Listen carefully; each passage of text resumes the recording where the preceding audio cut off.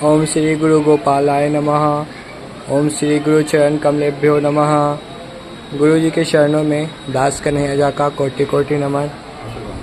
गुरु जी, मेरा आपसे एक प्रश्न है कि हमें आपके साथ रहने का मौका मिला है, तो हम अक्सर जहाँ भी आपके साथ जाते हैं तो लोग आपको देखकर बोलते हैं कि आप अलग अलग बाबा जैसे हो गए अनुरुद्धाचार्य, शंकराजी महाराज जी, अलग अलग तरह के लोग बोलते हैं कि आप ऐसे दिखते हैं, आप उनके तरह दिखते हैं।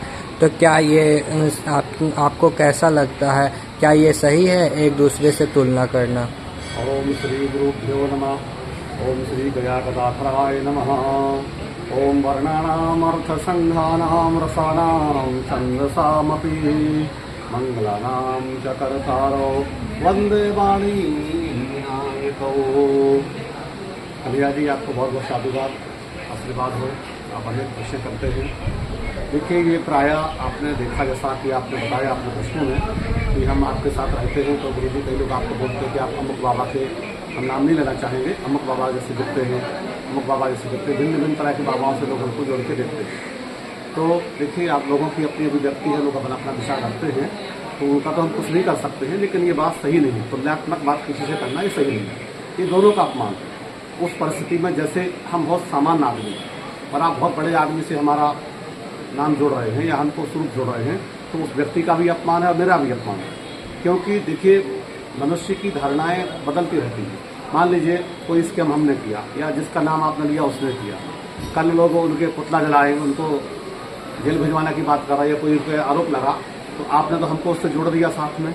तो कभी किसी की तुलना नहीं करना चाहिए। सब अपने आप में महान है। सभी संतों को हम प्रणाम करते हैं, जिनके आपने नाम लिए, सब अच्छे लोग हैं, अच्छे अपने धर्म के पथ पर चल रहे हैं। उन सबके लिए हमारी शुभकामनाएं हैं और जो हमारे सीनियर हैं उनको बंधन मिले। लेकिन हम ये करना चाहते हैं कि ऐसा कभी नहीं करना चाहिए। जो थोड़ा सा भी बुद्धि रखते हैं मनुष्य, उनको किसी से किसी की तुलना नहीं करना चाहिए। सबका अपना अपना महत्व है।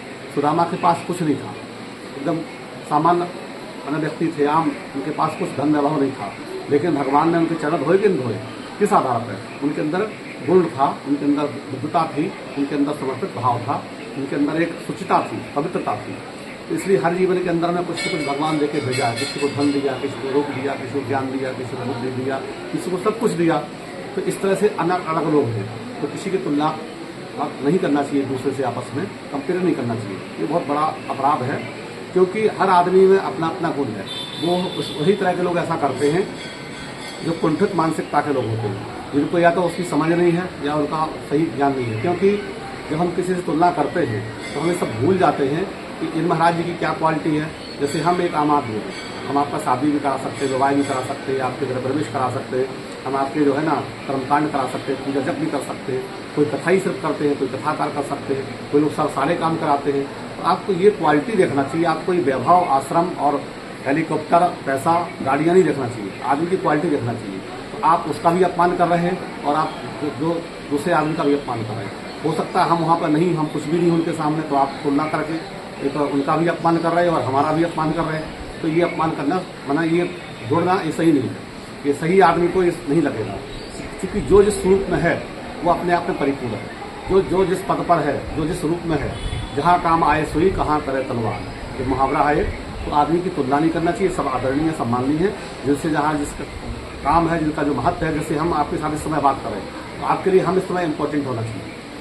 आप मुझे काम दे रहे हैं तो हमारे लिए इस समय ये इम्पोर्टेंट होना चाहिए। हम किसी की तुलना करें कि भाई आप अम्बानी को ऐसे कर रहे हैं, फलाना आदमी तो ऐसे कर रहे हैं, आप क्यों? ऐसे नहीं होता। धर्म कर्म ऐसे नहीं। धर्म कर्म में एक अपनी शुचिता होती है। हमारे लिए कौन इम्पोर्टेंट है, कौन कारगर है, सबका सम्मान करते हुए तुलना नहीं करना चाहिए। ऐसा जो करते हैं, तो रामायण में लिखा है, बाबा तुलसीदास जी ने, ऊंच निवास नीच कर तोते और देख न सकहीं पराई विभूति। अर्थात ये उसी तरह के लोग हैं जिनकी जो माने कुंठित मानसिकता के लोग होते हैं, जो एक दूसरे का वो नहीं देख पाते हैं, तो वो इधर का उधर, इधर का उधर देखा कि अब इनका हम प्रशंसा नहीं कर सकते हैं, तो दूसरे का प्रशंसा ले आए। जैसे उदाहरण के तौर पर एक व्यक्ति थे, तो उन्होंने अच्छी धूमधाम से अपनी बेटी की शादी किया। जो गेस्ट लोग पहुंचे तो बोले, अरे इसने क्या किया, फलाने सांसद जी ने तो बहुत 5,000 आदमी को खाना खिलाया था। अरे वो सांसद जी थे, वो मंत्री जी थे, वो प्रधानमंत्री जी थे, तो तुलना कहाँ से कहाँ कर रहे हो? वो बेचारा ईमानदारी की कमाई करके, अपना दिन रात मेहनत करके, एक सामान्य आदमी और अपना बेटी की शादी में जी जान लगा के और लोगों को बुलाया, आमंत्रित करा, तो उसके लिए वही महान है। क्योंकि वो कर नहीं सकता था फिर भी किया। जैसे भगवान राम ने गिलहरी को आशीर्वाद दिया, गिलहरी ने कंकड़ उठा के डाला, तो गिलहरी की महानता दिखाई भगवान ने कि जो एक पशु होकर ही, पक्षी होकर भी, और उन्होंने जो है ना एक कंकड़ का सहयोग किया पुल बनाने में, जबकि पुल कंकड़ से नहीं बनता है, सब कुछ जानते हैं। लेकिन भगवान सीता जी ने उनको आशीर्वाद दिया, सीता मैया ने भी आशीर्वाद दिया। कहने का भाव हमारा ये हुआ कि सबका अपना अपना महत्व है कार्य क्षमता के अनुसार। इन शब्दों के साथ भगवान के शरण में नमन वंदन। मुझे विश्वास है कि आपको संतुष्टि हुई है। जी गुरु जी, आपके प्रश्न से मुझे संतुष्टि हुई। जिज्ञासा आपकी पूरी हुई? हाँ जी, सही है, सही। आशीर्वाद।